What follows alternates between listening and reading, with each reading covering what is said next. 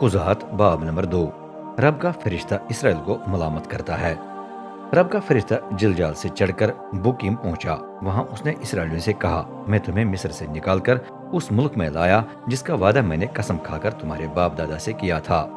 उस वक्त मैंने कहा कि मैं तुम्हारे साथ अपना अहद कभी नहीं तोड़ूंगा, और मैंने हुक्म दिया इस मुल्क की कौमों के साथ अहद मत बांधना, बल्कि उनकी कुर्बान गाहों को गिरा देना।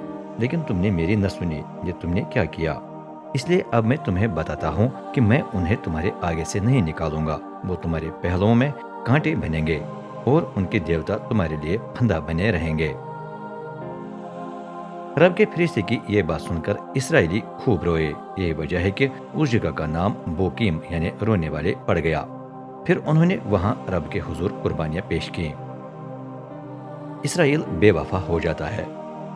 यशोवा के कौम को रुखसत करने के बाद हर एक कबीला अपने इलाके पर कब्जा करने के लिए रवाना हुआ था।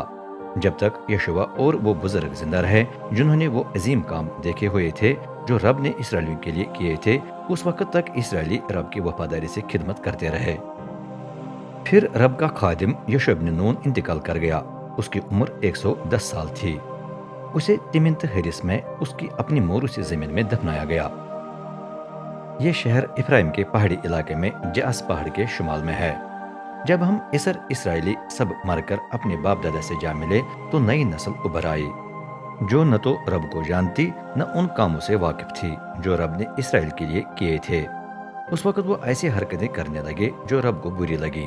उन्होंने बाल देवता के बुतों की पूजा करके रब अपने बाप दादा के खुदा को तर्क कर दिया जो उन्हें मिस्र से निकाल लाया था। वो गिरदो नवा की कौमों के दीगर माबूदों के पीछे लग गए और उनकी पूजा भी करने लगे। इससे रब का गजब उन पर भड़का क्योंकि उन्होंने उसकी खिदमत छोड़कर बाल देवता और इस्तारात देवी की पूजा की।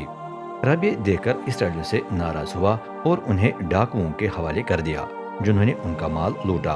उसने उन्हें इर्द गिर्द के दुश्मनों के हाथ बेच डाला और वो उनका मुकाबला करने के लिए काबिल न रहे। जब भी इसराइली लड़ने के लिए निकले तो रब का हाथ उनके खिलाफ था। नतीजतन वो हारते गए जिस तरह उसने कसम खाकर फरमाया था।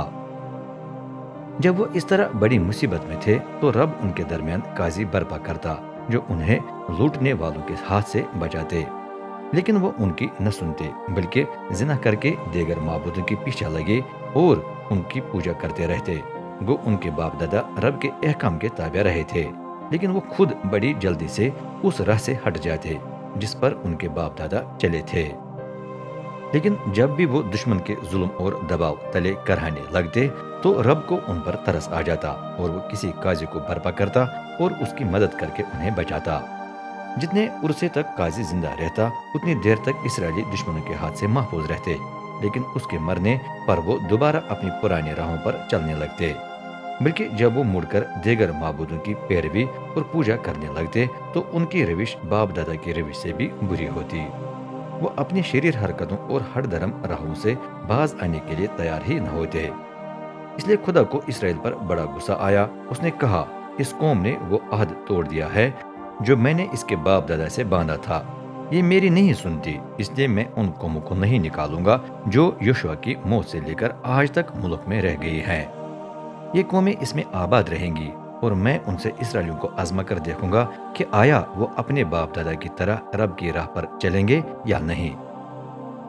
चनाचे रब ने इन कौमों को न यहोशू के हवाले किया न फौरन निकाला, बल्कि उन्हें मुल्क में ही रहने दिया।